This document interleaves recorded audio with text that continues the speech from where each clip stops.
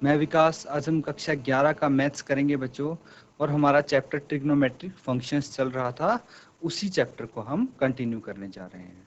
तो बच्चों, आपने काफ़ी सारे सूत्र किए थे कल, एक बारी हम उन सूत्र को देखेंगे दोबारा, और कुछ और जो फॉर्मूले हैं वो भी हम करेंगे आज, और उसके आधार पे क्वेश्चंस भी कुछ प्रैक्टिस करेंगे। तो चलिए हम स्मार्ट बोर्ड पे चलते हैं और स्टार्ट करते हैं। तो बच्चों, जो आपका चैप्टर है त्रिकोणमितीय फलन यानी ट्रिग्नोमेट्रिक फंक्शंस, तो इसी चैप्टर को हम आज कंटिन्यू करने जा रहे हैं। दोनों दो कोणों के योग और अंतर का त्रिकोणमितीय फलन करेंगे हम। इसके आधार पे जो भी फॉर्मूले हैं वो हम डिस्कस करेंगे। और क्या क्या फॉर्मूले हमने किए हैं तो देख सकते हैं आप कि ये फॉर्मूले हमने पिछले लेक्चर में किए थे। साइन ए प्लस बी, साइन ए माइनस बी, कोस ए प्लस बी, कोस ए माइनस बी।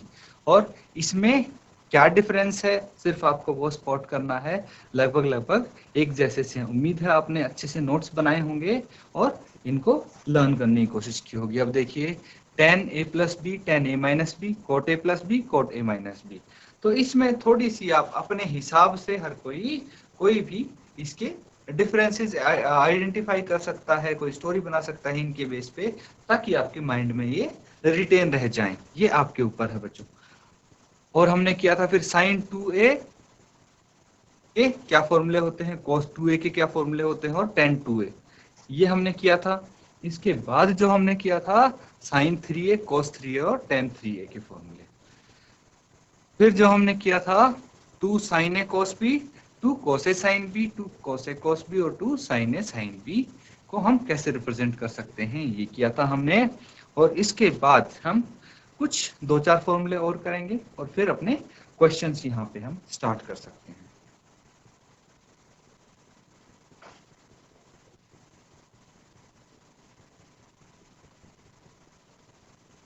तो देखिए, नेक्स्ट जो फॉर्मूला है आपके सामने, अगला सूत्र क्या है, sine C plus sine D.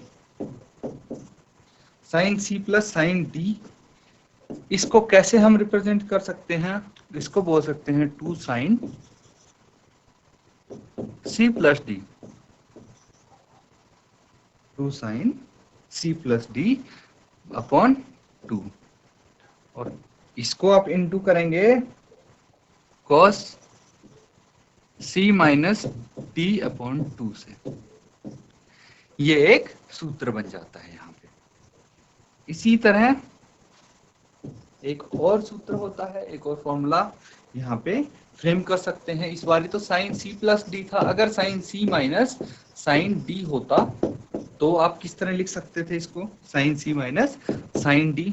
यहाँ पे भी आप सबसे पहले यहाँ पे लिखेंगे 2 cos C plus D by 2। तो अगर यहाँ पे साइन चेंज हो जाता है, प्लस की जगह माइनस हो जाता है, तो पहले हम लिखेंगे 2 cos c प्लस डी, और उसके बाद हम लिखेंगे साइन c माइनस डी बटे 2। तो देखिए, पहले और दूसरे में क्या फर्क है, साइन बदलने पे cos पहले आ जाता है और साइन बाद में चला जाता है, बस। अब नेक्स्ट देखिए,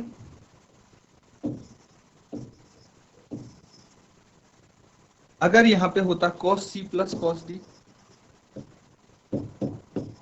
अभी तक तो हम साइन कर रहे थे, अगर cos से करेंगे तो क्या आएगा, यहाँ पे हम लिख सकते हैं 2 cos c प्लस डी बटे 2 into cos c minus D बटे 2। तो अगर यहाँ पे cos दोनों में आता है, जैसे साइन ऊपर था तो cos आता है, तो यहाँ पे हम दोनों में cos यूज करेंगे फॉर्मूले में।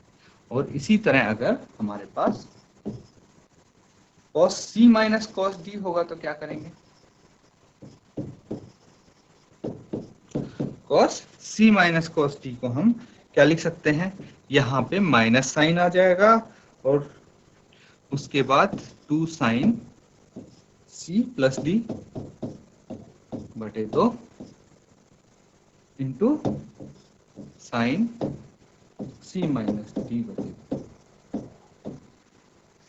ये सूत्र हो जाते हैं। इनको आप एक बारी तो इनके नोट्स बनाएंगे, उसके बाद याद करने का एकमात्र रास्ता यही है कि जितनी बारी भी आप क्वेश्चन करेंगे प्रैक्टिस, उतनी ही बारी ये फॉर्मूले आप लिखेंगे तो आपको आसानी से याद हो जाएंगे। बस यही चीज है। अब हम इनके आधार पे कुछ क्वेश्चंस करेंगे, इनको आप नोट डाउन कर लीजिए जो फॉर्मूले हमने यहाँ पे लिखे हैं, फिर हम क्वेश्चंस की तरफ बढ़ेंगे।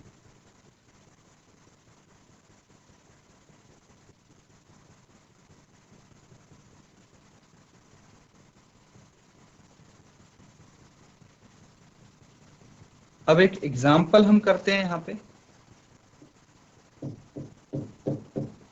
उदाहरण करते हैं।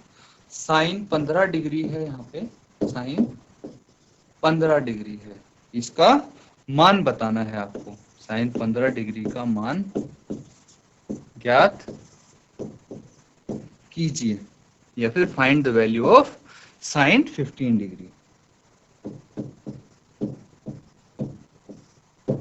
ये आप बोल सकते हैं। तो कैसे आप इसकी वैल्यू फाइंड आउट करेंगे, ये देखिए।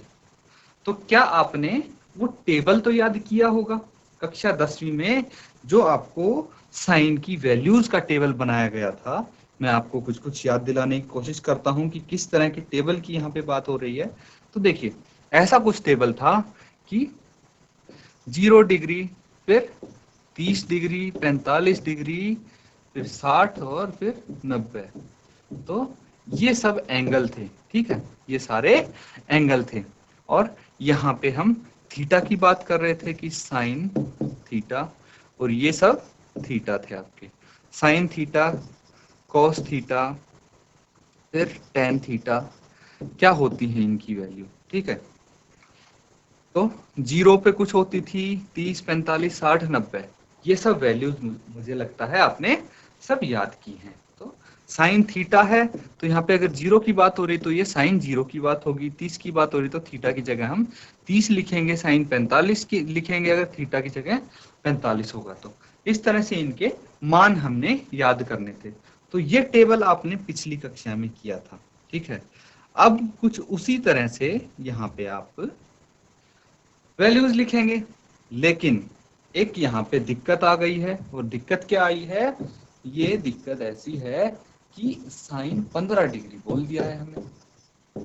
अब भाई इस टेबल में साइन 15 डिग्री तो कहीं है ही नहीं, अब कैसे करेंगे। तो उसके लिए एक सिंपल सा तरीका ये निकाला हमने कि भाई साइन 15 डिग्री को हम क्या लिख सकते हैं। अगर मैं बोलूं कि साइन 45 डिग्री माइनस 30 डिग्री कितना होता है। भाई मैं 15 को 45 माइनस 30 लिख सकता हूं या नहीं, क्योंकि 45 माइनस 30 15 ही तो होता है। तो मैंने 15 की जगह 45 माइनस 30 लिख दिया। इससे क्या फायदा हुआ, इससे हमारा काम आसान हो। कैसे आसान हो गया, तो आप देखिए, इसको मैं यहां से हटा देता हूं। अब देखिए, साइन 45 माइनस 30 है, क्या इसको मैं लिख सकता हूं साइन ए माइनस बी, साइन ए माइनस बी। अब अगर आपको याद आ रहा हो तो साइन ए माइनस बी तो एक फॉर्मूला हमने किया था, सूत्र हमने किया था। क्या सूत्र था, देखिए, sign A cos B minus cos A sine B, यही कुछ सूत्र था। तो ये एक फॉर्मूला है जो हमने यहाँ पे किया था, इसी फॉर्मूले के हम अप्लाई कर देंगे और अप्लाई करके आंसर निकालने की कोशिश करते हैं। तो जहां पे ए है उसकी जगह हम क्या लिखेंगे 45, और जहां पे बी है उसकी जगह हम लिखेंगे 30। ये चीज आप ध्यान रखना, ठीक है। तो हम यहाँ पे क्या लिख सकते हैं,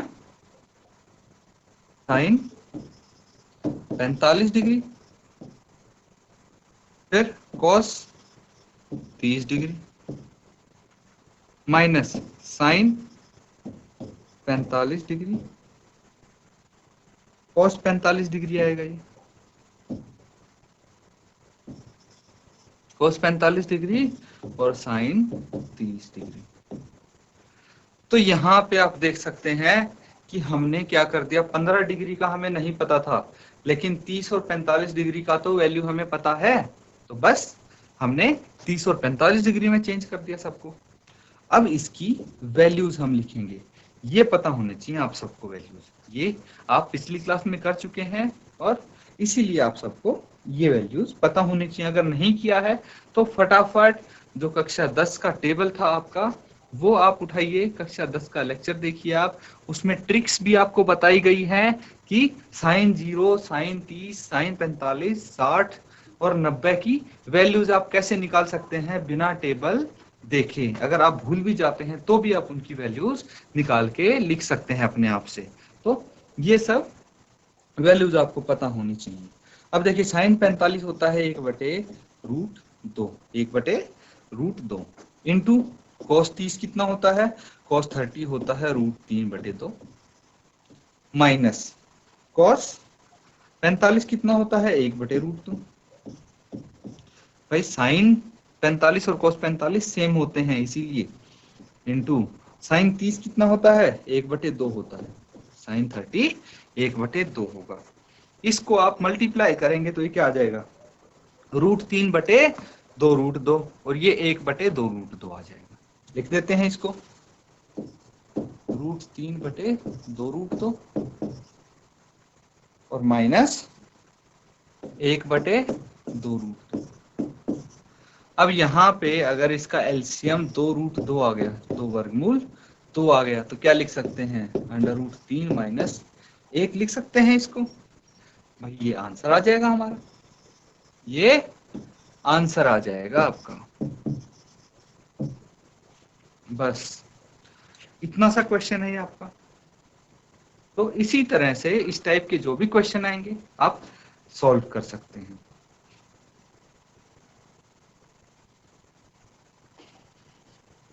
अब एक और क्वेश्चन हम करेंगे, तब तक आप इसको नोट डाउन कर लीजिए। तो अगला क्वेश्चन हम लिखते हैं,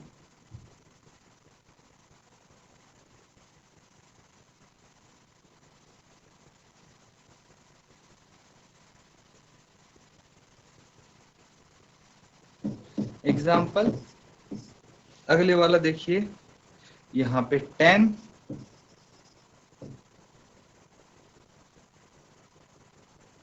13π/12, 13π/12 का मान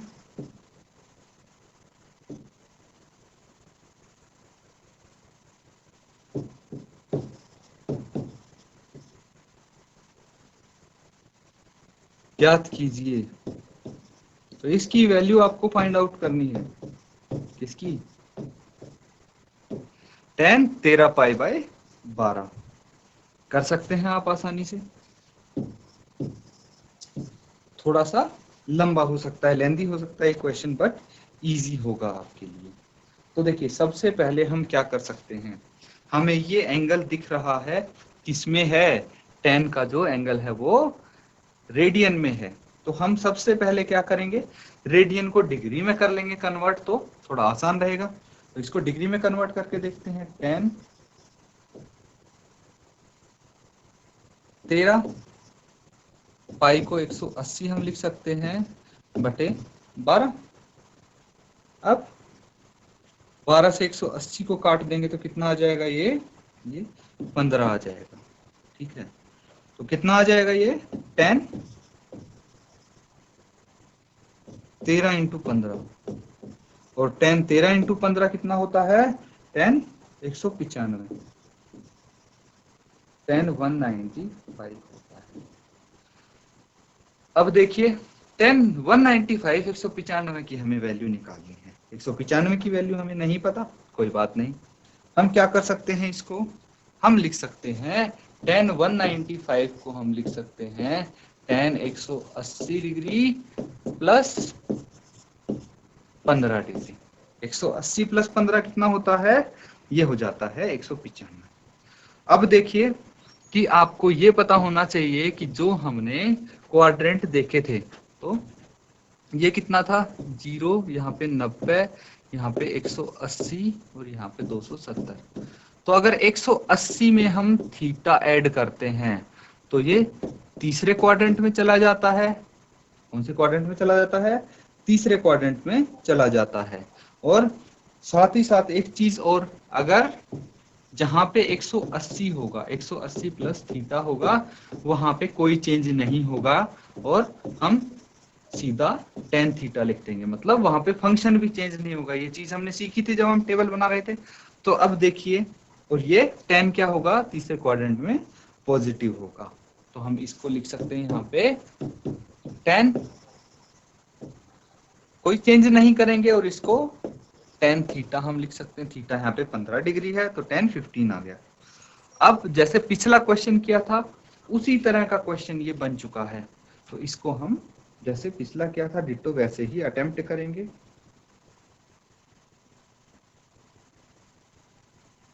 अब क्या कर सकते हैं हम? नाउ tan 15 को क्या लिख सकता हूं मैं? 45 45 माइनस 30, 45 माइनस 30 डिग्री। अब ये देखिए 45 माइनस 30 डिग्री मैंने लिखा है। ये क्यों लिखा है? क्योंकि हमें 45 की भी वैल्यू पता है, 30 की भी वैल्यू पता होगी। 15 की नहीं पता थी ना, tan 15 की नहीं पता थी, लेकिन इनकी तो पता होगी, tan 45 और tan 30 की। इसलिए मैंने ये यहाँ पे लिख दिया है। अब देखिए फॉर्मूला हम कौन सा यहाँ पे यूज कर सकते हैं? tan a माइनस बी का फॉर्मूला आपको आता है, ये सीखा था हमने tan a माइनस बी का फॉर्मूला।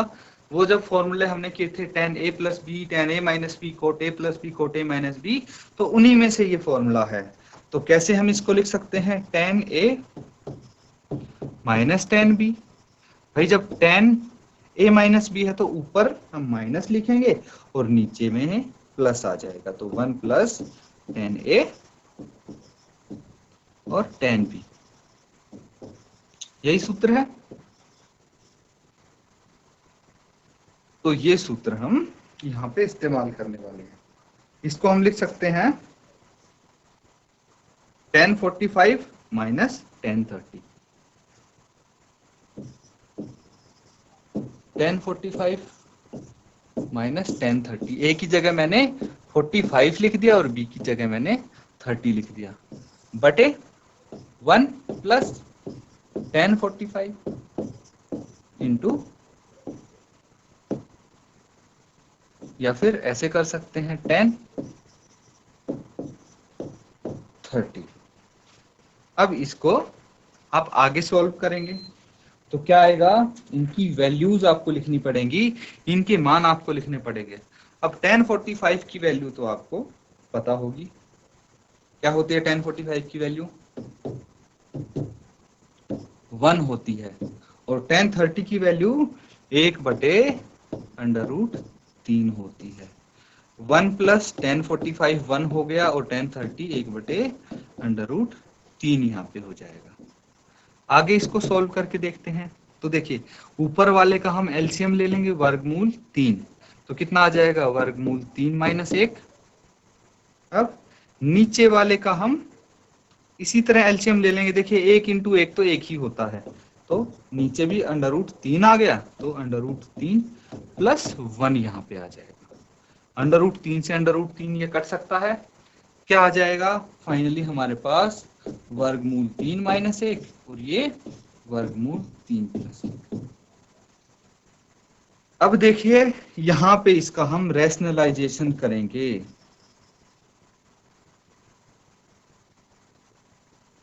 रैशनलाइजेशन हम इसका करेंगे, मतलब परमेयीकरण हम करेंगे इसका। तो परमेयीकरण कब करते हैं? रैशनलाइजेशन हम कब करते हैं?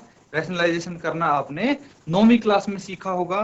तो देखिए रैशनलाइजेशन जब करते हैं जब हमारा नीचे टर्म, नीचे वाली टर्म या फिर डिनोमिनेटर वाली टर्म, हर वाली टर्म अगर वर्गमूल में हो तो उसका रैशनलाइजेशन, परमेयीकरण हम कर देते हैं। इसीलिए इसका भी हमें रैशनलाइजेशन करना होगा। तो रैशनलाइजेशन करके देखते हैं इसका क्या आएगा। क्या कैसे करते हैं रैशनलाइजेशन? किसी को याद आ रहा है? ऊपर है √3 माइनस 1 और नीचे है वर्गमूल 3 प्लस 1। इसको मल्टीप्लाई करेंगे हम, जो नीचे होगा उसी से, लेकिन साइन बदल के। नीचे √3 + 1 है तो हम √3 - 1 से इसको मल्टीप्लाई कर देंगे। ठीक है, ये रैशनलाइजेशन इसी तरह से करते हैं। अब आगे देखिए कि √3 - 1 है, √3 - 1 और √3 - 1, इसका हम स्क्वायर कर सकते हैं। पहले ऐसे ही लिख लेते हैं, √3 - 1 इंटू √3 - 1 है,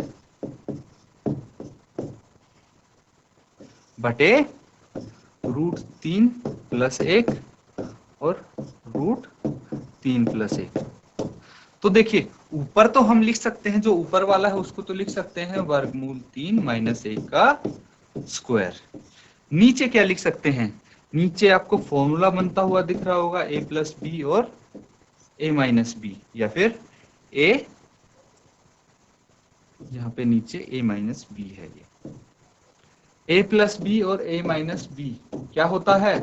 a² - b², a का वर्ग माइनस b का वर्ग। ये फॉर्मूला तो आप बहुत पहले से करते हुए आ रहे हैं। तो अब देखिए इसको हम क्या लिख सकते हैं, नीचे वाले को a² - b², यानी √3 का वर्ग माइनस 1 का वर्ग। ये कर सकते हैं हम।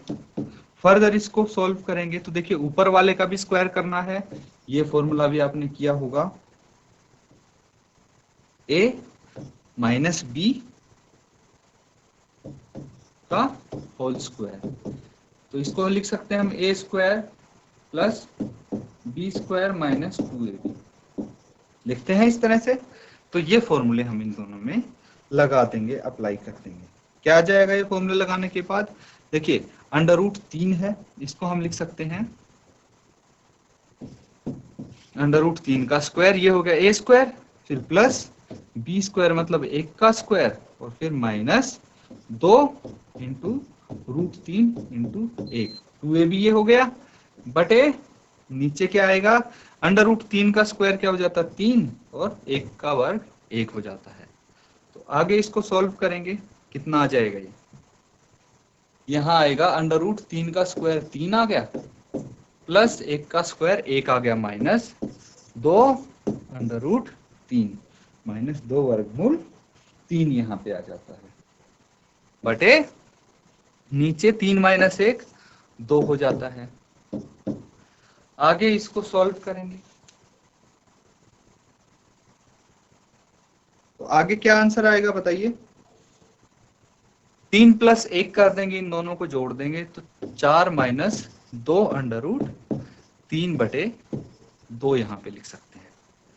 फर्दर देखिए इसमें से ऊपर वाले में से 2 कॉमन निकाल लेंगे हम, या फिर 2 से अगर सबको यहाँ से कॉमन निकालेंगे तो क्या आ जाएगा? 2 माइनस √3 बटे डिनोमिनेटर में 2 पहले से ही है। अब इसको हम कर सकते हैं, 2 से 2 कैंसिल आउट हो गया, क्या आ जाता है यहाँ पे? 2 माइनस √3 आपका आंसर आ गया। तो बच्चों इसको आप नोट डाउन कर लीजिए और इसी तरह के क्वेश्चन आप प्रैक्टिस करते रहिए। उम्मीद है आपको समझ में आया होगा।